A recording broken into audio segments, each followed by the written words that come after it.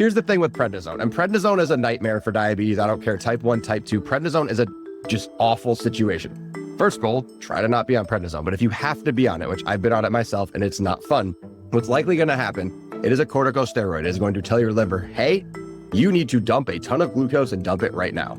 So usually you'll take it the first day. You're not going to see a whole lot of difference until the evening. I don't know why it hits in the evening. The pharmacist of the family is not here, but it hits in the evening and your blood sugar just straight up, and now you're resistant and you feel like trash and it's awful, like 300 plus for a long time. That being said, what's going to have to happen before you even start this, before you take any single amount of prednisone, you are going to have to talk with your care team to have a game plan to adjust your medication upward. I have seen it with people where they are taking double, even triple the amount of insulin that they should normally be taking because of the prednisone. Again, reason to talk to your care team. Welcome to the Your Diabetes Insider podcast, where we take all of the mysteries of blood sugar control, focusing on nutrition, exercise, and any of the other 40 plus factors that may impact your blood sugar. If you don't know me, my name is Ben Zeal. I'm a registered dietitian, certified diabetes educator, strength and conditioning coach, and I've lived myself with type 1 diabetes for over 20 years. And I am here to share everything that I have learned in both my personal and professional experience so you can live that incredible diabetes life. So get ready and let's dive right into today's episode. What is going on? Welcome to this episode of the Your Diabetes Insider podcast. And today, got a bunch of different questions from social media, questions asked to me through direct message, etc. I want to make sure that I get to answer them because these may be questions that you've had for a while that you may be like, hey, I really want to know the answer to this. It also may just be things that you may have not even thought of yet from a diabetes standpoint, nutrition standpoint. I want to make sure you have answers because at the end of the day, that's what we do here. We provide answers so you have better blood sugars, you feel your best, you do the things you love with the people you love when you want to without diabetes getting in the way at all. So we've got a solid list of stuff. So first question here is, I'm new to type 2 diabetes and a little bit nervous. My blood sugar was 78. What number is considered low? I overtreated it and ended up at 181 very quickly. And how much is necessary? So this is, I think, a good reminder whether you have type 1 or type 2. From a low blood sugar standpoint, it's all going to be relative because first thing to remember is when you are first diagnosed with diabetes, and again, type 1, type 2 doesn't matter. You were probably having your blood sugar running a lot higher for a long period of time without you having any idea what was going on. So for example, right, you may have found out that you have diabetes because you ended up in the hospital. You may have found out you have diabetes just because you went to get labs one day and it just so happened that your labs read, hey, your blood sugar is 350 and here's some meds. Let's start getting this going. So the good news is you probably are in a better spot when you're listening to this. The not so good news is when your number starts to drift down, you can feel the low symptoms pretty dramatically. And what I mean by that is you might feel shaky, sweaty, starving, etc. So this person said they were 78. They were super concerned. They took 4 glucose tabs and then they shot up to 181. That may have been a little bit premature, but feeling like you're really low and really hungry and shaky and sweaty at 78 is very possible if you are used to running really high. So that being said, when it comes to this, technically a low blood sugar is under 70, 69 and below. So that is technically considered a low blood sugar. And then on the other end, high blood sugar, again, it really depends on who you're talking to, but the technical high would be over 180. The reality is it's really closer to probably over 140, 150. But when it comes to a low blood sugar, again, in terms of treatment, you have to consider the whole sequence. What's going on around you? What activities are you doing? What are you doing in general? And so with this, if you're at home, you're chilling, you're at work, wherever, hey, my blood sugar's 68. You may need 2 or 3 glucose tabs. That may be plenty for you. But on the flip side, if you're, hey, I'm running around with my family or my kids, or I'm out to be working out, you may need a little bit more because remember, activity is going to allow you to take up the glucose a lot faster. So that is a massive deal. So hopefully that answers that question. But in terms of lows, under 70, and again, 8 grams, 12 grams for the moderate end of correcting a low. If your blood sugar is like in the 50s or the 40s, you might need more carbs than that as well. Of course, fast acting is going to be the best. How can you read labels better? Like, for example, yogurts or granola. So a couple things I would say. Of course, you see a label, right? A food label. You know what I'm talking about. You look at the side of a container and it says, here's the calories and the servings and the carbs and the fat and the protein and the sugar and all that stuff. When it comes to living with diabetes, there's a few things you want to take a look at to really make sure you have dialed in. So first things first, of course, they're going to tell you first thing to look at is carbs. Hey, this has 26 grams. Hey, this has 6 grams. Hey, this has 57 grams per serving, whatever that is. Pay attention to the serving size as well, because it might be something where, hey, it's only 12 grams of carbs, but only if you have a tablespoon, and you might normally eat 4. So keep that part in mind first. But you're looking at carbs. Of course, you're going to look at fiber, because fiber is not digested by the body. Theoretically, you could subtract that from total carbs. And then, of course, we're looking at protein. Of course, we're looking at fat for things that can impact your blood sugar in the midterm with protein, and fat longer term, 3, 4, 5, 6, 7 hours out. So those are big things that I would take a look at out of the gate. Most people just say carbs, maybe fiber. You're missing a huge part of the boat. The next thing I would take a look at from a label perspective, is there any added sugar? Because they have to announce that now. But also, what's the source of the added sugar? More often than not, added sugar is going to mean, hey, you've got, for example, hey, we added cane sugar to this. Hey, we added some other sort of sugar type of thing. But look at the label for other sugar ingredients. Maltodextrin is a sugar intermediate that absorbs really quickly, right? Rice flour, not technically sugar, going to hit your blood sugar really quickly. So there are a bunch of different things I would take a look at that can potentially spike your blood sugar fast, which can impact how early the meds may have to be taken. So keep that part in mind. This is stuff that we go into with all of our patients. So if this is something where you're thinking, hey, I really need that next level on label reading, but also carb counting, protein counting, factoring in all these things to make sure that blood sugars are on point, that is okay. That is what we are here for. So with that, go to yourdiabetesinsider.com, click on contact us or apply, and we will reach out to make sure we can support you. This one kind of fits in. Why don't people talk about glucose tabs? Quite frankly, I think they're disgusting. And that's probably why. Because think about having a sweet flavored chalk that you have the pleasure of eating when your blood sugar is low. It's kind of gross. I don't know about you. I think it's kind of gross to have to be like, oh, I'm going to eat some chalky disgustingness. The other thing about them, and people may or may not think about this, you go to the grocery store, you go to the pharmacy, hey, let me go get a thing of 50 glucose tabs. And it's like $5 or $6 when you could go 2 aisles over to the candy aisle and get something that works just as well, like in terms of a fast acting carb source. So think of any candy that isn't really chocolate related, any candy that's just basically straight sugar. Twizzlers would be a great example, right? That's going to make your blood sugar go up at the same speed as glucose tabs, maybe hair slower, but it's also going to cost you a fraction of the price. Again, I'm of the camp of, if you like your low snack, pick a different food, because if you like your low snacks, it's going to be real easy to overdo it. And that's the last thing you want to do. On the flip side, however, it's going to be a situation where why spend $6 for 50 tabs when you could literally go down, get Smarties that taste better, but they're doing the same thing, and you're going to pay a fraction of the price. So that's my opinion. I think people talk about glucose tabs, but they also just find that there's better, more economical options out there that do the same thing. So that would be my 2 cents there. How can you lower a high blood sugar quickly? So this one is definitely something I know I've talked about on the podcast before. So this person, hopefully, if you're listening to this, you're listening to other episodes as well. But with this, high blood sugars, lowering them, there's usually a few different ways. Most people think of, hey, you're on insulin, insulin's going to be a really fast way to do it. And yes, theoretically, that would be one of your most effective ways to do it. Underrated ways, drinking water, hydrating, going to be massive. There have been many times in my life and in patients' lives that have come through the practice where they have a stubborn high blood sugar, they are dehydrated. The more dehydrated they are, the harder it is for that blood sugar to come down. They pound a bunch of water, boom, blood sugar starts to come down, insulin starts to work better. So that would be one thing. Another way to bring down a high blood sugar would be exercise, but not intense exercise. I really want to put that delineation in there, because you might think, oh, let me go run a bunch of sprints. That's probably going to have the opposite effect. You want to do something steady, relatively chill, maybe get your heart rate up a little bit, but hey, let me go for a walk. Let me do something that's going to expend some energy, but also not be some crazy, massive amount of activity. So again, walking, phenomenal. Go chill on a recumbent bike, pedal, not a really heavy pace, just a little decent pace. Go up for a bike and ride in the neighborhood if the weather's good enough to do so, right? Maybe run around with your kids type of thing. Like nothing crazy, super intense. Let me go deadlift super heavy. That's not going to be the thing you want to do. That's just going to likely raise your blood sugar because it's going to dump glucose from your liver.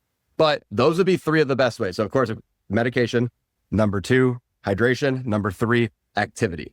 And there's other ways. Okay, did you sleep enough? That will help for the following day, but it won't necessarily help with the high in that moment. What are some breads that I can eat as a person with type 2 diabetes? So this is a tricky one. And I'm not saying because of type 2 diabetes or because of bread, because both things, you can have type 2 and you can eat bread.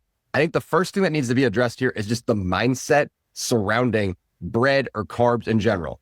You have type 1 or type 2 diabetes, you're going to hear 2 schools of thought. One is you're going to listen to the dopey dietitian that you heard right when you got diagnosed that's probably telling you stuff from 1987 that says, hey, You should eat 30 to 45 grams of carbs per meal and 15 to 30 at snacks. And that's not going to be a great way to do it. Like, sure, maybe it helps you the first couple of weeks, but you realize you don't have to actually follow this very concrete, everything is multiples of 15. I was told this at 7 years old back in 1999. Oh, you have to have 60 to 75 carbs at dinner. I was 7 years old. I don't think I needed to eat that much. It was kind of wild. Like, on that same note, I remember, I think it was a year later, it was a year and a half later, I went to a summer camp and they like served lunch at the camp, which, I mean, kind of nice in retrospect. They had some good food. They literally were so concrete, and it wasn't the camp's fault. It was the people, doing the care at the time's fault. I had a horrible care team. They were literally saying, you need 75 grams of carbs at lunch, to the point, to the counselor's credit, they literally measured out 75 grams of carbs worth of mashed potatoes. I don't know about you. Do you know how much mashed potatoes that is? That's a lot of mashed potatoes. And I was 8 or 9 years old. That is a lot of, I don't think I would eat that much mashed potatoes now. I don't even like mashed potatoes. Maybe I don't because of that, but I digress. That is a lot of mashed potatoes, but they were so concrete because that was what the care team said. He must have 75 grams of carbs. It was brutal, absolutely brutal. So you don't need to deal with the 15 multiples of 15, everything. Oh, 45 to 60, 60 to 70. No. The other thing I would say is when it comes to that, you'll also hear the train of thought of don't eat carbs at all. They're evil. They're terrible. Some people this works great for. Some people, hey, they do better on low carb. Their bodies feel better on low carb. Their body processes better on low carb. They do better as fat as a main energy source. They do great. Blood sugars are great, everything. But what I want to be here and tell you is you don't have to subscribe to that school of thought either. So if you want to have bread, it is okay to have bread. It is okay to have bread and not be like, oh, have it once in a while. Like, you could have bread if you are smart about what you do. So first thing I would say from a bread perspective, you want to find a bread that's got fiber in it. If you've got like refined flour, white bread, probably not going to do any favors for you because it's just going to send your blood sugar straight up and there's no way to slow it down. So whatever bread you find, in a perfect world, at least 3 to 4 grams of fiber per slice. Some of them may have even 5 or 6. That would be rule number 1, in my opinion, if we're going rules here for bread. Fiber, meaning whole grain typically, which is a good thing. You want that anyway. It's going to help your poop. You're going to feel better, etc. And also usually a little more protein in that kind of bread. The other thing I would take a look for, you don't necessarily have to go for the low carb bread or the keto bread. Like, that stuff will still usually spike your blood sugar. But find a bread. Maybe you've got a whole grain, 19 grams of carbs, 4 grams of fiber per slice. Amazing. Sounds great. Or 22 grams of carbs and 6 grams of fiber. Doesn't matter. You get the idea. Have a couple pieces of that. And then it's going to come down to, especially if you're type 2 here, where's your protein at? Obviously, it's a sandwich. You want some sort of protein. Peanut butter, in my mind, does not count. Where's your protein at? And is there a sufficient amount? Do you have 20, 25 at the meal to hopefully blunt some of the spike in addition to the fiber? You tell me you do that, you're golden. You're great. Everything's awesome. So do not stress. Bread is totally viable. Again, make sure your meds are taken on time. Make sure you've got everything set to go. But that would be a very viable way to do things. Let's see. How do you keep your level? This will be fun. How do you keep your levels down while taking prednisone? I've been on this frequently for other conditions. Got my A1C from 15 to 8.4 to 7.4. That's awesome. And I'm afraid it's going to shoot back up since when I checked during the day. Okay, so here's the thing with prednisone. And prednisone is a nightmare for diabetes. I don't care, type 1, type 2. Prednisone is a just awful situation. First goal, try to not be on prednisone. But if you have to be on it, which I've been on it myself and it's not fun, what's likely going to happen, it is a corticosteroid. It is going to tell your liver, hey, you need to dump a ton of glucose and dump it right now. So usually you'll take it the first day. You're not going to see a whole lot of difference until the evening. I don't know why it hits in the evening. The pharmacist of the family is not here, but it hits in the evening and your blood sugar just straight up and now you're resistant and you feel like trash and it's awful, like 300 plus for a long time.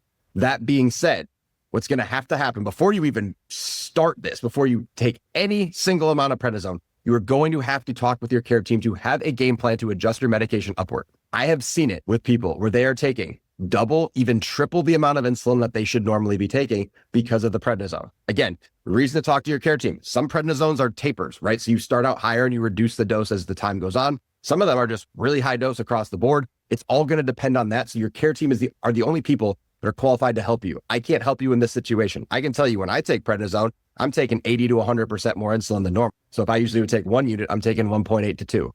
And that's just me. I'm different than you. You are different than the next person. So you have to ask your care team, but you are likely going to need a big medication increase.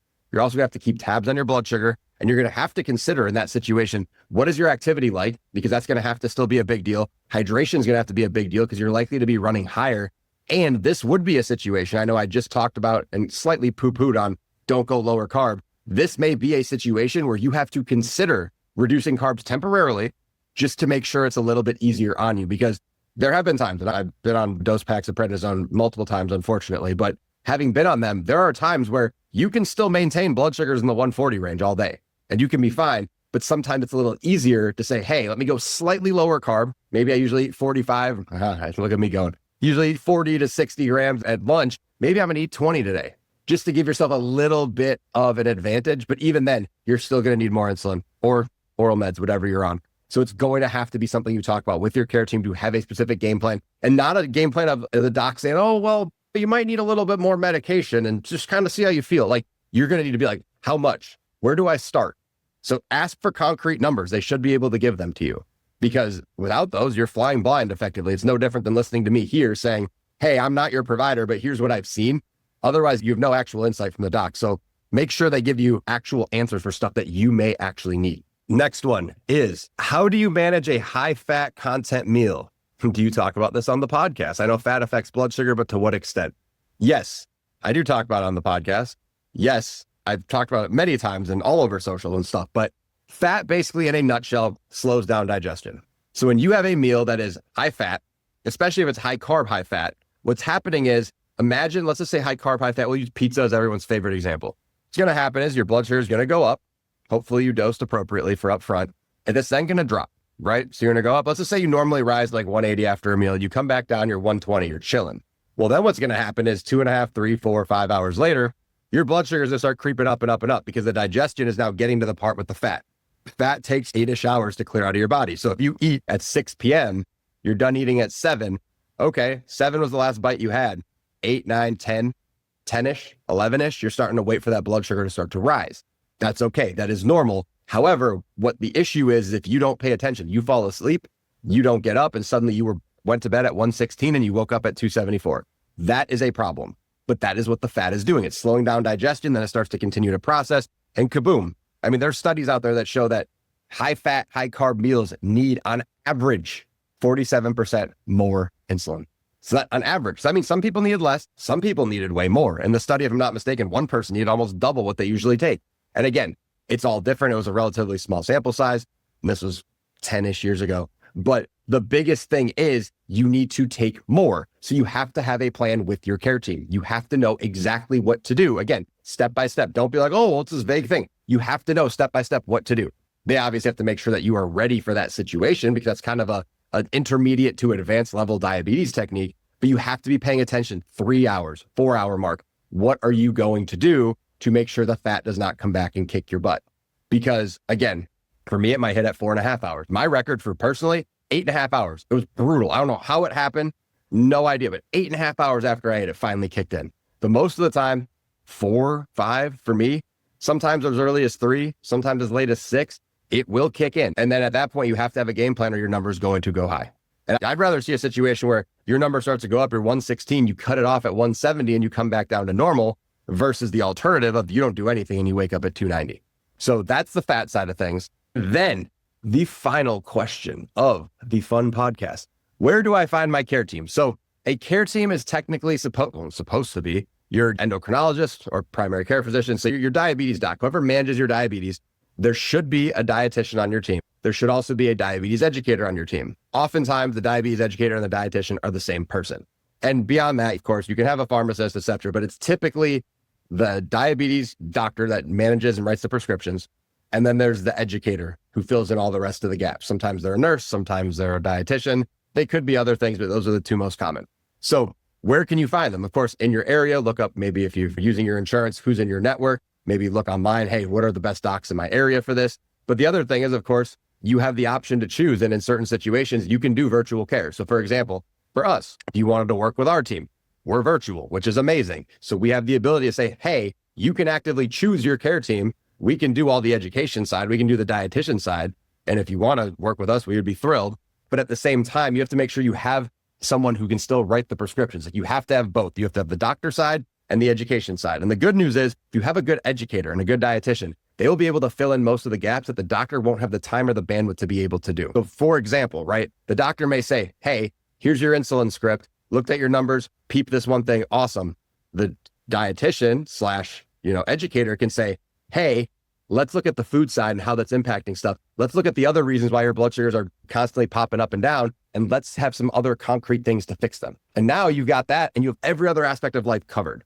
So the big goal is to have someone that's good in both. You want a good doc and you want a good educator / dietitian.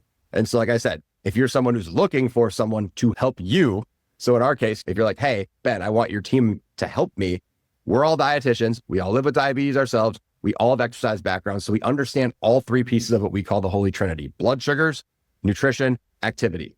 That's the massive parts of diabetes. And if we're able to do all that, we can look at your data and say, hey, this is what we think might be best. Here's what adjustments to make nutritionally, etc. And from there, we can help you get amazing A1Cs. We've done it for thousands of people. We will be doing it for thousands and thousands of more. So we're very grateful for that. So if you're serious, you're like, hey, I want someone who really gets it, who lives with it themselves, who knows their stuff, we are here to help. Go to yourdiabetesinsider.com, go take a look at the Work With Us tab, and we are happy to help you however we possibly can. But those are, I think there were 9 or 10 questions here. So hopefully that helps give you a little bit of insight, a little bit of knowledge. Let me know what questions you've got. Shoot a message over on social media at Your Diabetes Insider. That is a change that is coming up. It's very exciting. Or, yourdiabetesinsider.com. Also, if you're loving the pod, you're getting a lot from it. It would mean the world to me if you were able to drop an amazing review on Apple, on Spotify, wherever you are listening. So with that, I will see you in the next episode. I appreciate you, and I'm excited for your blood sugar journey. Hope you're ready for the next episode. Hey.